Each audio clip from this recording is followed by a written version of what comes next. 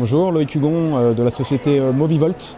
On est un loueur longue durée de véhicules électriques et hybrides pour les entreprises et les collectivités. J'ai rejoint la structure fin d'année dernière pour accompagner les entreprises dans l'électrification de leur flotte auto. Nous intervenons auprès des entreprises sur ce sujet qui est la réduction de l'empreinte carbone.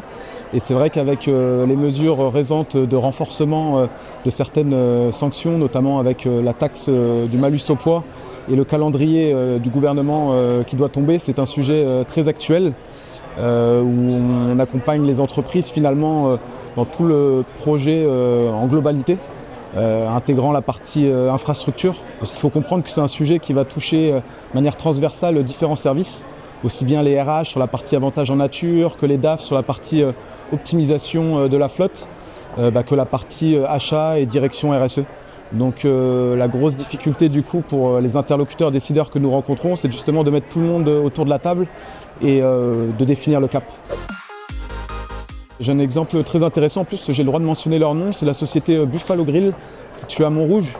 Voilà, c'est un dossier qui a pris quand même 4 mois. Il faut comprendre qu'on est sur des tunnels de vente qui sont assez longs. Parce que là, du coup, on parle de flotte auto d'une presque une centaine de véhicules, 84 véhicules.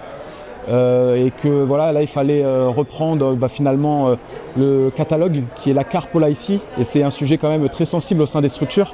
Parce qu'il faut comprendre que les véhicules, il y a les véhicules de fonction et les véhicules dits statutaires. C'est souvent un avantage en nature qui est offert aux collaborateurs. Et quand on parle d'électrique, du coup, ça peut les impacter, ils peuvent avoir l'impression de rétrograder un petit peu. C'est pour cela qu'il y a une vraie conduite du changement à opérer de la part de toute la direction des interlocuteurs décideurs qu'on a évoqués précédemment. Et là, on les a accompagnés sur la création du catalogue jusqu'à finalement ce qu'on appelle le coût total de propriété pour bien visualiser finalement l'intégration de tous les coûts, hormis le loyer mensuel qui va intégrer toutes les taxes relatives à un véhicule.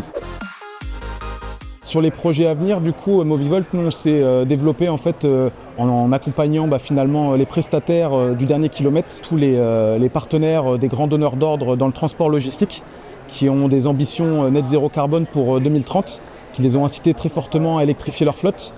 Mais voilà, maintenant on est en train de s'ouvrir à finalement les flottes de véhicules de fonction. Et pour cela, on a des projets, notamment avec nos 2 grands actionnaires que sont La Poste et la Caisse des dépôts, au travers de leurs filiales, pour justement se rapprocher d'eux et essayer de les accompagner.